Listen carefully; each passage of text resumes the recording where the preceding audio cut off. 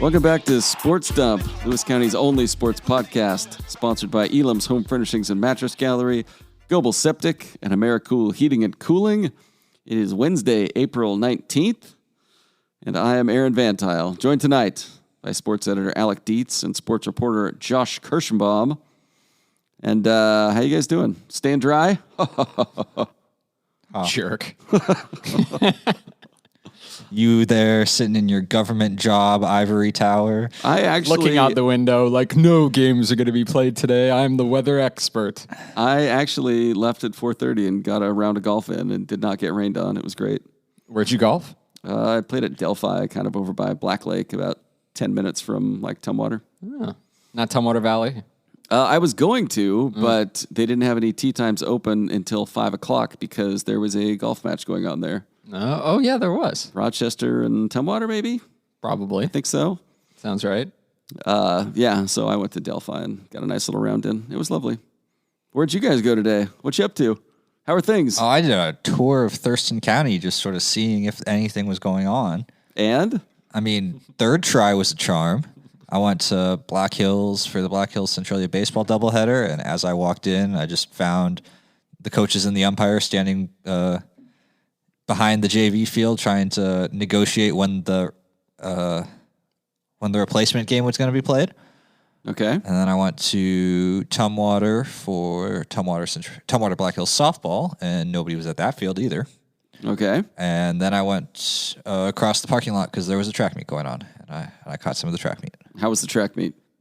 Dry, actually. It did not rain once on me. Yeah, it's been a weird day. Yeah. Alec, where did you go? I was at Rec Park. Turfed surface. They play through anything there. Yeah, that's the benefit of having that beautiful turf field. Oh, yes. Do we want to get into let's just get into the things. Let's get into it. We can have a bit of baseball and softball today as a treat, but not too much, as Josh's journey tells you. Games were played, and we called Aaron, like, we are podcasting today. It's got to happen. We have to let the people know. They played baseball. Somebody is at home hitting refresh. Like, tell me what happened. Please. I don't want to read. 2A softball, Centralia beats Rochester 3-0. That was the game I went to at Rec Park. Lauren Wasson hit a homer. Yep. Peyton Smith threw a complete game shutout. And Alec, tell us more. That's kind of it, honestly. It was 3-0. It was glorious. There were like 2 errors, pretty clean, went by fast. Like cleanest book I've written out this year while keeping stats. So yeah, it was good. I think, like I said, or I didn't say it here. I was talking to Josh about it minutes ago. This is kind of a get right game for Centralia. They went into spring break a couple weeks ago, undefeated in league, lost twice last week to Shelton and I'm going to say Aberdeen, and came back and got right against a good team in Rochester. Minimize their errors to just 2 in 1 inning, and Peyton Smith went the distance in the circle. So yeah, pretty good game for the Tigers. And nice of the Chehalis Parks Department to let them borrow the field there for an afternoon. Yeah, and also probably WF West loaning them out too. But they weren't playing on WF West varsity field, right? They were playing on. They were playing on field 2. They still had a scoreboard, but which we were talking about, and we might get into more of this later. But just like, when it's raining this much and this late, you sort of start to think of contingency plans. And yeah, why not play on all 4 fields? Yeah, like why not just have the EVCO located at Rec Park? Well, and if you did that, you could just have like everybody go to Rec Park and play, and then you can get like 2 league games in a night against different teams. Yeah. Just like everybody, the visitors just rotate one field over and do it again. We were kind of joking, looking forward to next week about like looking at the forecast next week. Knock on wood, it's supposed to be clear and 70 like for 4 straight days. Like we're gonna be busy. We're gonna have back to back league doubleheaders in like every league. Yeah. I mean, I feel like that happens every year. There's 1 week in April where everything clears up. And but like, if that all happens, why not, get everyone together at one spot and be like, we're going to play, like, instead of playing the same team twice, just rotate. Yeah, just like a practice district tournament almost. Yeah. In other 2A softball news, WF West scores a touchdown, gets a conversion, kicks a field goal late in the 5th inning, beating Aberdeen 26-11. Scored 11 runs. Wow. In the 5th. That game was 12-11 after 3 innings.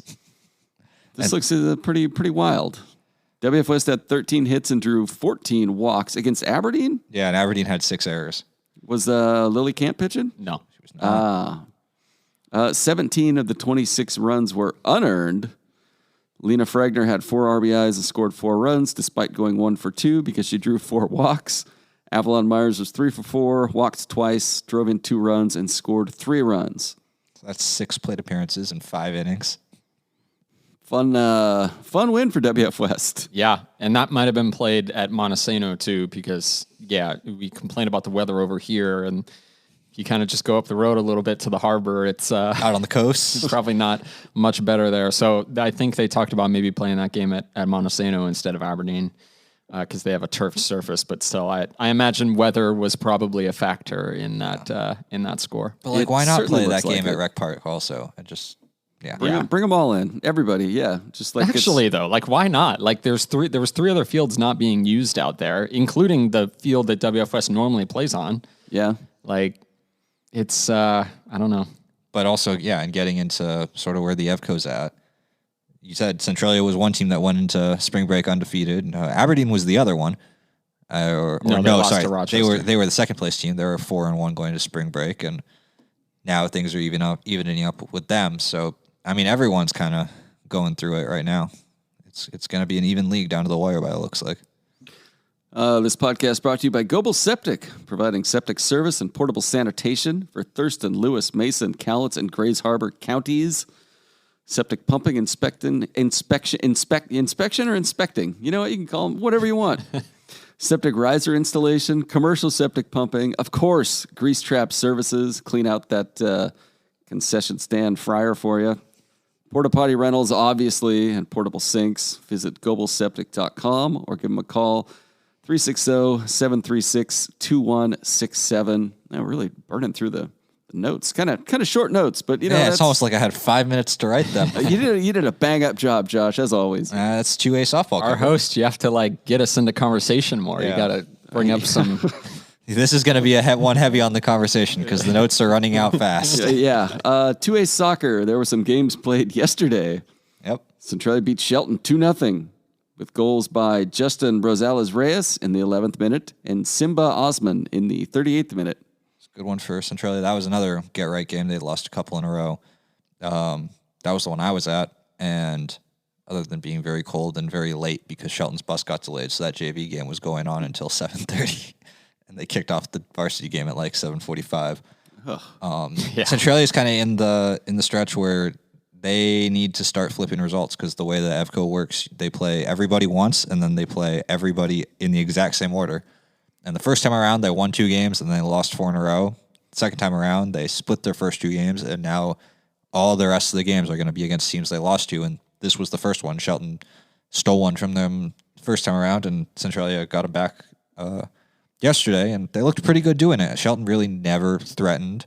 Centralia didn't really have much in the way going forward either. They got those 2 goals and kind of sat on it. I think they were called for offsides like 4 times in the last 5 minutes. That was a little interesting, but and they were not close. They were upset about it, but I was like sitting in the bleachers like, you are just so far offside, kid. Just cherry picking there.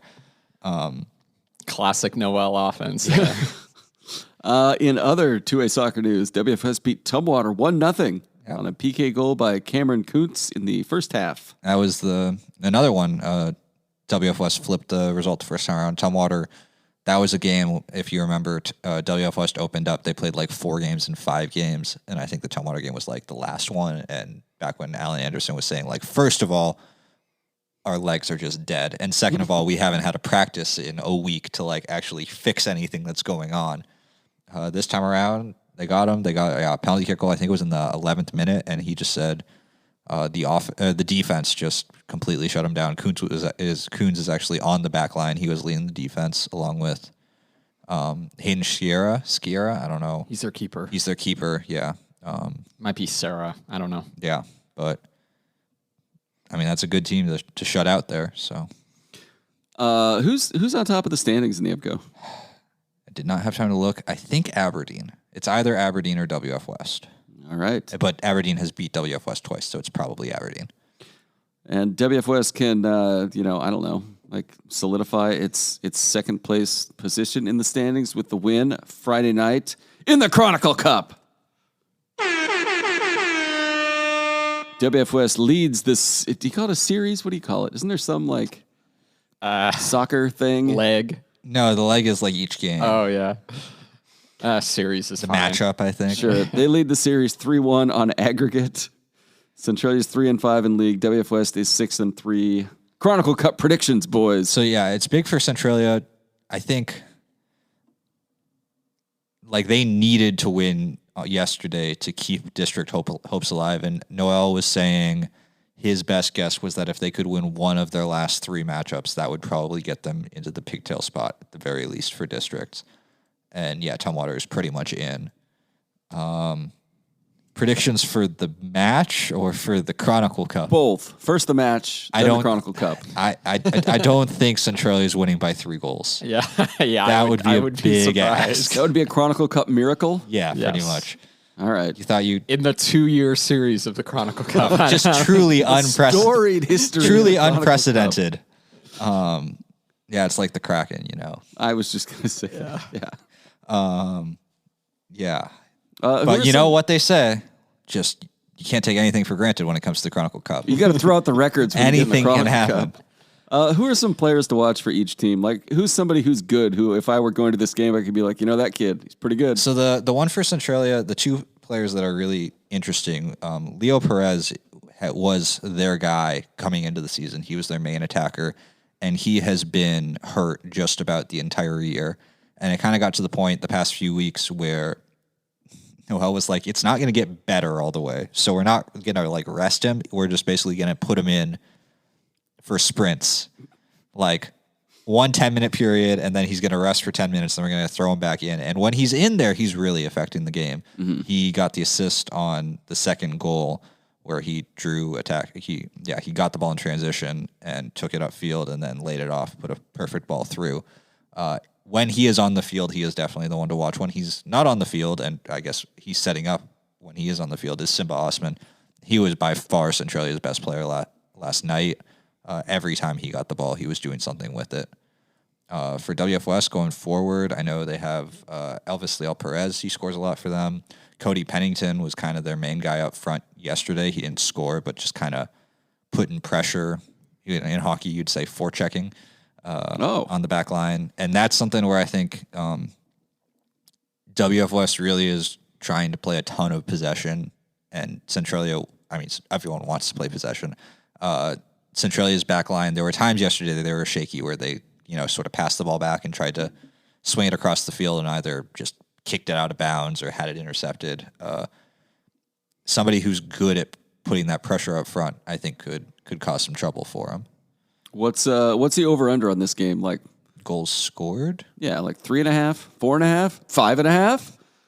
3.5. Right. It's at Tiger Stadium, so you don't have to, like, if this game was at Chehalis, they'd be swimming. Yeah. Right? Tiger Stadium gets very fast when it gets wet, because that turf is, it is turf, but it is... we know. Yeah, we know. The listeners know. Yeah. It's just people at home nodding along. Oh, yeah. We know Tiger about Stadium Tiger turf. Stadium. I'm going to do the cop-out guess. I think it's either going to be a 1-0 game, or it's going to, I think if WFS could hit a roll and get, 4 or 5. Okay. I think it'll be like 3-2. What was the last one? I remember 3-1. No. So Centralia won the Chronicle Cup. I remember it was on penalties. Yes. Last year. Did they go in down or? So Centralia lost on PKs in the first matchup. So then they won the game in PKs, and then they did another round of PKs to determine who got the cup. Gotcha. So they didn't have to overcome any deficit. It was just no. Okay. Yeah, which is bonkers. This year, nightmare scenario is Centralia wins by not enough goals to get the cup. So if they win by one, then WFS still gets WFS would still get the cup. Yeah, just give them another trophy. Like something else. Chad's got trophies around. There's probably 3 in this room hidden somewhere. I can't imagine they'd be all that excited to hold the cup if they lost. This podcast brought to you by Elam's Home Furnishings and Mattress Gallery. How you guys sitting for living room furniture? Could always be better. It's all flooded now. Too much rain. Your patio furniture needs an upgrade? Yeah. I'm not sure if they have that. But, the bedroom, you could always do some work in there, Yeah. spruce things up. Sure. Yeah. Do you guys have dining rooms? No. Not really. Oh. Kinda, Well, but not really. that's something to aspire to. Get yourself a dining room. Get yourself some dining room furniture. Can they supply me a whole dining room? Like an add-on to my apartment? I mean, maybe. Like, they could give you a box the table comes in, and then, you just work with that. Plop it in my bedroom. Exactly. This is my dining room as well, Elam's Home Furnishings and Mattress Gallery, What's the scene 1530. from Futurama where the woman's like, "Is this your table?" No, it's also my bed, and he yanks off the the tablecloth and just lies on top of it. You should just go in there and start laying on tables and be like, "Do you have anything softer?" Yeah. It's terrible for my back. 1530 South Gold Street in Centralia. You can check out their sick deals online at elamshf.com. Do you guys want to talk? Let's just do a quick rundown. Who's the leader at this point in the EVCO baseball standings? WF West? It's WF West, Yeah, yeah, it's because WF they West. haven't lost in league. Tumwater has one league loss. Yeah, so so- they're kind of and Who did they lose to? Aberdeen. When they committed Oh. like a bunch of errors. Yeah. And so the weird thing about this is the 2A EVCO rules, which is like I think everybody else's rules, is that if a game gets rained out, it has to be scheduled the next day. Mm-hmm. So we had a bunch of games that were supposed to be played Tuesday, Wednesday, which became Wednesday, Thursday, which are now Thursday, Friday, or Friday, Saturday. So every single day they get pushed back and then rained out and then pushed back. So Tumwater was supposed to play WF West Tuesday, Wednesday this week. Obviously, they have not played. Clearly. Now they are supposed to play Thursday, Friday, even though that's not going to happen. So, yeah. Yeah. But currently, WF West number 1, Tumwater number 2. Everyone else kind of trying to figure it out behind him. And it will get clearer if those teams can ever get on a field together, but we shall see. All right. We've already discussed EVCO softball. How's Tenino? What's Tenino baseball? How are they looking? Pretty good. Their issue is all these games have been rained out. They've only played one league game so far this year, and it was in pretty rainy conditions. They lost to Montecito 19-16. Yep. That's wild. Yes, I'm glad I wasn't keeping a book at that game. Montecito is number 2 in the RPI board, and Tenino is 8. Sure. We'll do some RPI talk here in a minute. Sure. But they had a I think, were they supposed to play today or yesterday? probably. They had a series with Hoquiam. They were supposed to play They've had a recently, and doubleheader it with had Hoquiam. rained They're out. supposed to play it like 3 They were supposed to play a doubleheader against Eatonville. That's been pushed back several times. So they've had some bad rain luck. So it's kind of tough to tell where they are. But they've only played one league game against, obviously, Montesano, very good at baseball. So Yeah. How about the 2Bs? Who's still the team to beat in the 2B baseball standings? Toledo? Adna? Toledo is on top Probably record-wise, but Tootle is charging. Tootle's hitting its screw. I mean, because Toledo's still on 1 league loss. maybe 2. I don't know. But yeah, they're number 1 2 currently in the standings, standings. but they were fortunate enough to open the season against Tootle before they kind of got it going. Tootle just shut out Adna. Adna, yeah. Who split with Toledo. Tootle is starting to hit its stride early. Adna definitely was,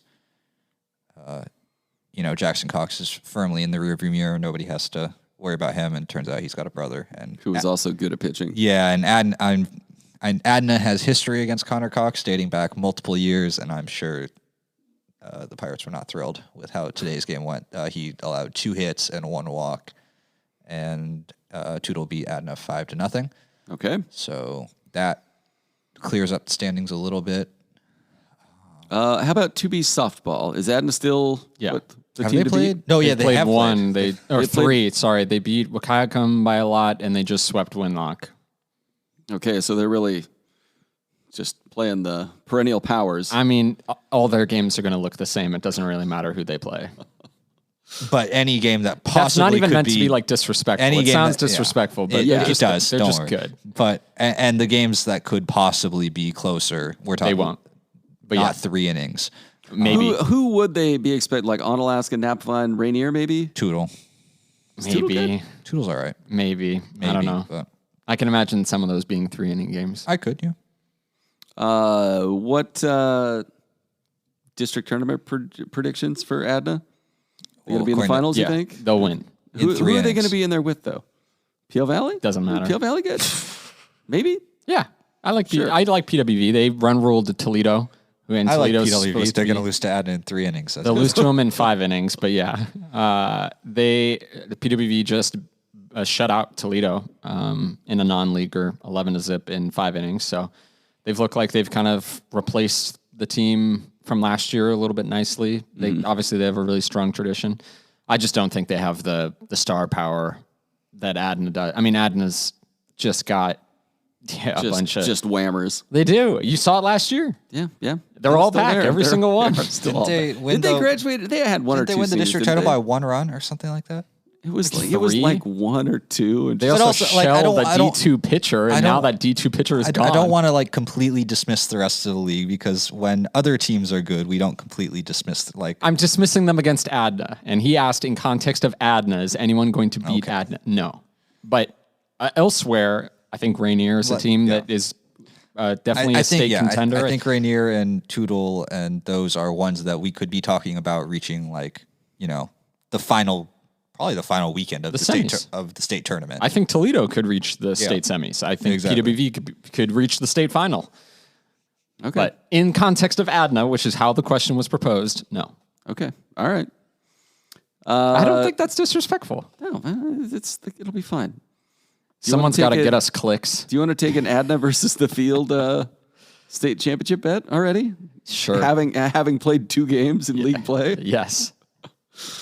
Let's see. I think I'm gonna say I would have put the Tootle baseball versus the field bet, and that last year that would have burned me. So They didn't even get a district title. there it is. Yeah, people forget that. Adna's lineup is just so strong. Like even if Von Moose has a bad outing, or I know Ava Sims also pitches for them, they just, I mean, I think they've had 5 girls hit home runs. yeah, already. anyone in their lineup can do it.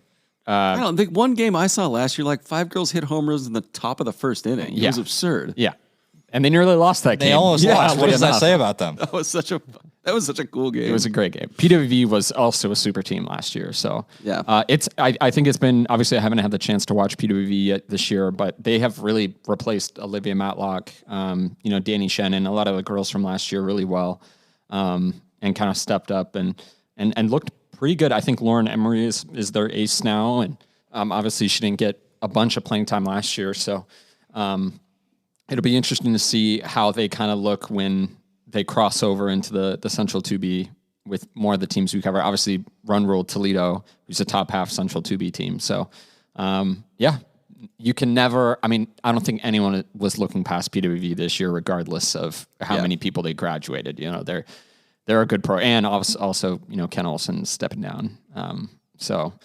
They'll definitely be in the mix. I think we talked about Rainier last week. They're still undefeated, and they look pretty good. And Onalaska could sneak up and take someone. Lisa Liddell's a very good pitcher. So, they're a very strong league. I just think Adna is kind of on another level as everyone else. All right, let's run through some other sports real quick, and you guys just give me like one athlete or team who is good. Girls golf. Samantha Johnston's been leading Centralia pretty much every time they're out on the course. Yeah, and Natalie Eklund, who went to state last year, is medaling for WF West pretty much every time as well. So those are 2 pretty good athletes. How about some track? I just was at the meet at Tumwater, and Tumwater's John Hoffer won the 1600 by like 30 seconds. He's a defending state champ, I believe. So he's really good, and also Makai Odom's doing jumps for them is quite good. Peyton Sickles just broke the Winlock 100-meter sprinting record. I saw that. WFS Lucas Hoff just went to a meet in Puyallup against pretty much the best 4As in the state and got 3rd in the pole vault, 6th, Something like that. top, pretty close to the top. Yeah. He's been good. Cleared 13 feet, 6 inches. Acacia Murphy at Rainier is winning pretty much every sprint and jump that she participates in, and when she gets beat, it's by Morgan Hamilton. They kind of go back and forth. Or Kira O'Neill when it's jumps. O'Neill. Yeah, but yeah, they've taken each other on in like 3 meets now, and I think they're like splitting the results. All right, tennis. It's girls' tennis season. Yeah. Got to get Isabel in the booth. Yeah, for I this know. one. She was mad on the News Gem thing when we did. Tell me more about I want tennis. to talk about it. I think Mari Cisse for WF West has been pretty good. she's been She's their hammering top singles everybody. player. Their second singles player, Laura Yip, has also been pretty good, pretty solid for him. And I think Centralia's top singles player, Olivia Norris, has been pretty solid as well. So those are kind of a couple of names. Yeah, haven't gotten any calls from Tumwater or Black Hills. This podcast is brought to you by AmeriCool Heating and Cooling. Fellas, we all know sometimes you're either just too hot or too cold, and you wake up in either the cold sweats or the Hot sweats? or the hot shivers. Can they fix it when you're too wet? Probably, yeah. They can just dry you Can out. they get rid of this rain? Turn up the AmeriCool, fix the weather. dehumidifier, maybe. Do you think we Yeah. could get like heated fields? Yeah. They have that just in like, the NFL, right? Let's call their hotline and ask. Yeah. That hotline, 360-273-3300. That's a 24/7 emergency service number. I'm sure they would welcome calls at midnight being like, hey, just a question. Like, what if you heated a football field? Could you do that? Just don't call them too much too often because you don't want the hotline to get too hot. Otherwise, they're going to have to cool it off. Yeah, well, if anybody can cool off a hotline, Yeah. it's our friends at AmeriCool Heating and Air Conditioning. Your comfort is their business. They offer full-service HVAC installation, services, and repair with a 100% satisfaction guarantee with everything they do. Just like us. Just like this podcast, you can visit west.americoolonline.com to learn more or stop by their office at 21822 Old Highway 99 Southwest, just north of Centralia. And Josh, you wrote a story that wasn't exclusively about sports, but kind of about sports and also money. The Josh pisses everybody off. These are your two favorite things, correct? Sports and money. Uh-huh. Well, I mean, they're my two favorite things. Okay. How about you tell us about it then? I don't know how levies work. That's why we've got you on. Yeah, you're local, man. I'm Local man Aaron Van Tile. this literally affects my pocket. But yes, you wrote Centralia has a levy. The ballots are out. This is, what is it, Tuesday, April 25th is the levy date, I think. Is when the levy votes are due.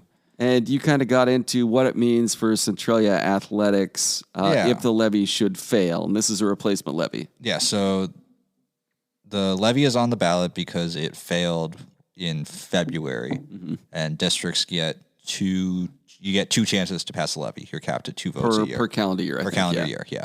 And the levy, you can probably say the specifics better than I can for how much it costs people because I don't particularly It's know. based on it's based like on property $1 or values. something Yeah. per $1,000 of your property Can't value you tell based that we over are the year. sports people and not the news dump? Anyway, the sports pertinent information. So the levy's around $3 million total, and about $900,000 of that goes to sports. Okay.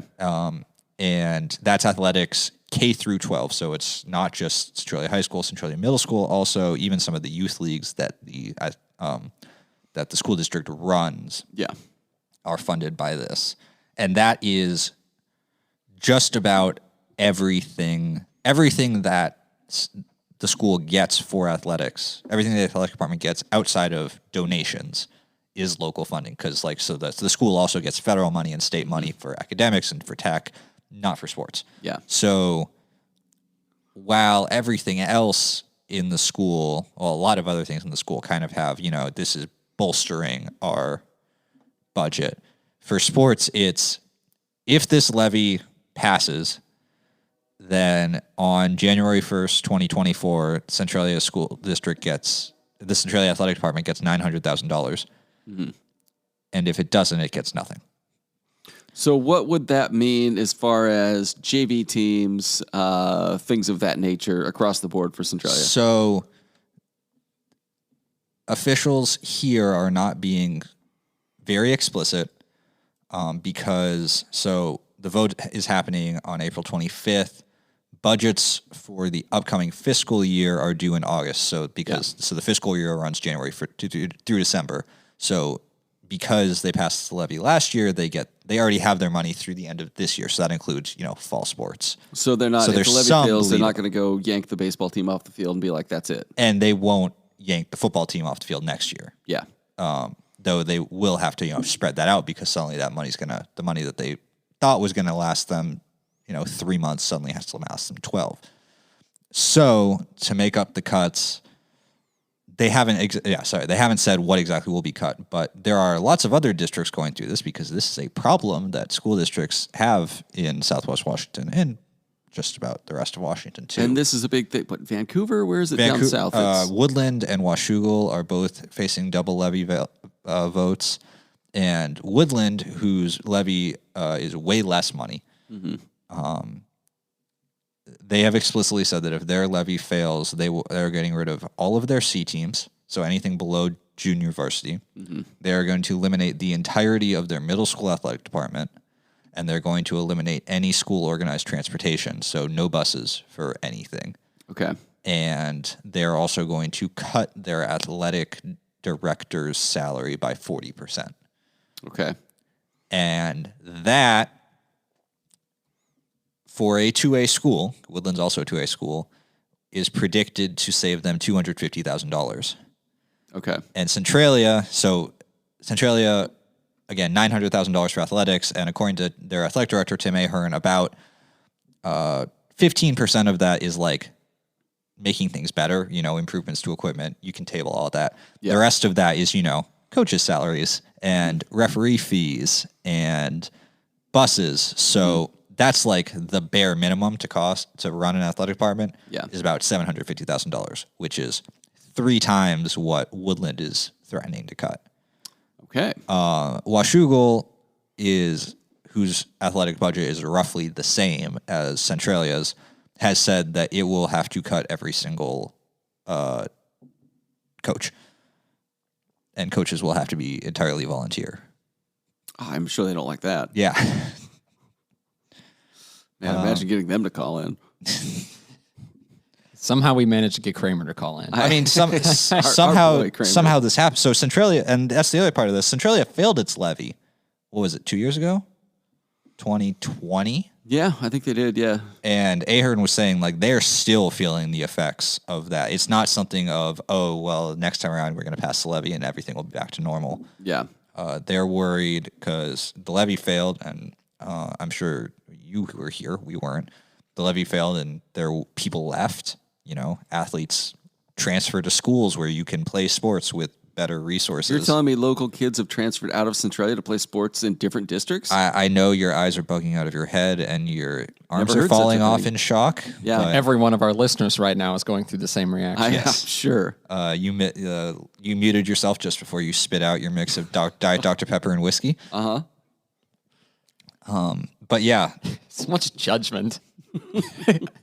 Anyway, sorry. I mean, I'm off the clock. Golf has been played. It's time to relax with my favorite cocktail. Absolutely, yeah. So yeah, that's kind of what's on the table. And it really, I know there are lots of feelings about this levy. I know there are people that don't support it. There are people that do support it. It is definitely a bummer. It's not a good situation that it is, everything or nothing, but it really is. And when it comes to the athletics, it is everything or nothing. Yeah. So I, for one, am a single issue voter in that I like having high school sports to cover. So you voted for the levy. Once I go to my mailbox and get my ballot, I probably will. Yeah. Great. I also voted for the levy. So just so everybody knows where this Lefty whiskey and podcast. Dr. Pepper gentleman stands. I know we are 3 big city liberals and all that. But. The biggest of cities, yeah. Centralia, I mean, it's huge. Yes, it's the biggest city in Lewis County. But yeah, and when I was talking to Ahern, he got in last year, so he was not here when the double levy failed 2 years ago. But he kept saying that they were hopeful that it was going to pass, but so much of his excitement over that athletic department is what's coming up the line. He said their middle school numbers are higher than pretty much they've ever been. Yeah. Their youth outreach is better than it's ever been. They're trying to add youth leagues. Like they've got the outreach with the Little League. They've got outreach with youth soccer. They're talking about trying to add more with youth basketball and even flag football, get kids invested, tying sports and the community together and Centralia High School, like trying to build a pipeline, which is what a lot of schools, have. You look up in like Tumwater, they have their youth sports programs are really robust. They're trying to build something like that here. And that's going to be the first thing probably on the chopping block, because you need to be able to pay officials and you need to be able to get to games. Even if you think they don't deserve it. Yes. They think they do, and unfortunately, they are the final judge of whether they come or not. Like, the bare minimum, it's going to cost every penny that, if this levy fails, it will cost every penny and then some that the school has to field a bare athletic department. Yeah. And everything under that gets basically tabled. But hear me out. What if they just cut CRT and woke studies from the budget? Wouldn't they be able to fund athletics then? Yeah, too many drag races at the track meet. That's why the turf's so fast. Yeah. No, your story was good. I enjoyed it. I'm glad it made it to the sports section and wasn't swallowed up by the dumpster fire that is news. I figured the reason I wanted to write something like that is the news section has covered the hell out of this levy, because they do a good job of what they do. And it's one of those where there is so much of this levy that isn't sports. Like, because I think it's only like 14. It's only 15% of this levy is sports. It's just 100% of sports is this levy. Like, there is even more that's not sports. Like, pretty much, I think everything in the way of counselors, a ton in the way of tech support, building repairs. I think other is extracurriculars. Yeah, I think every probably. extracurricular is in this levy, Right. but even not extracurriculars. Yeah, like mental health counselors, I believe, academic counselors. I said, I know for Woodland, like, one of the things on their levy is like, we want to like fix the holes in the roof. Like, that's levy. There's so much that you could almost lose the forest in the trees, I guess. Yeah. But I wanted to write something that was like, if you care just about sports and having that outlet for kids and having that part of the community, like, this is kind of necessary for it. It was a good story. Good work. Do you guys want to talk about some games coming up in the next few days? I've got the list up here. Who the hell knows what's coming up in the next few days? Here's a big game tomorrow. Yeah. WFOS baseball at Tumwater. You guys excited? Fool me 4 times. Yeah. Tudor Lake at Adna baseball tomorrow. That's probably going to happen, right? Maybe. Toledo at Adna softball. Maybe this is. I said it's going to be like 70 next week. You want to just fast forward to? We'd like to cover Adna softball at some point. Honestly, it's been tough. Cover their season opener against Rochester that they lost, and since then they've played 4 games in 2 months, and districts start in like 3 weeks. I remember trying to convince you that the Centralia Tumwater softball game was going to be like a really good game last Monday. Well, and I obviously I talked with David Orr, Centralia's coach today, and he was like, that's been tough for these kids, is constantly having, not only just your games getting pushed back, but obviously they have sort of, not a mental hurdle, but Tumwater has beaten them in a lot of different sports, right? So they constantly have to be like, oh, Tumwater's waiting, waiting. When are we going to play them? This process of having to push it back a day, it's got to be hard for the kid. Like, if you just said it's not happening this week and put it on the date in 2 weeks when we're pretty sure it's going to be sunnier, but that might be better than you have to, you pack your bag in the morning and you're like, it's game day, maybe. And then by noon or 1 when and where and if you're playing. Exactly. As opposed to, we know we're hitting in the cage because it's going to be raining. Like, you don't have to try to get in the zone every single day. Yeah. Yeah. I think it is tough for the kid. So much of Western Washington baseball and softball is simply just like teams that adapt to the circumstances better than the other ones. Yeah. It's the teams that are like, that can deal with all these rainouts and playing a team that maybe they didn't expect to play on that certain day. Well, especially imagine like baseball. Like, imagine you're a pitcher and like, this could be the day you throw 5 innings. So, but if it rains, suddenly you're playing tomorrow. So you don't want to throw a bullpen today because you need to rest tomorrow. And you just get in that perpetual loop of, it might be my day tomorrow, so I can't throw too much today. Yeah. And then you get rusty. For the record, the weather report says a 90% chance of rain tomorrow, only 23% on Friday. So maybe, fingers crossed. Yeah. I think it also says thunderstorms on Friday. Not according to weather.com in Thunderstorms for the Chronicle Cup? Yeah, that would be our luck. The one thing that can cancel soccer is lightning. And then starting Tuesday, it really clears up. And then next Thursday, mostly sunny and 70 Beautiful. degrees. Supposed to get pretty warm, yeah. Yeah. I'm knocking Get the on all shorts wood. out. Yeah, it's shorts and flip-flop season, boys. Anything else you guys want to touch on before we get out of here? I don't think so. Looking forward to hopefully some better weather. I'm knocking on wood. All right. We will talk to you next week.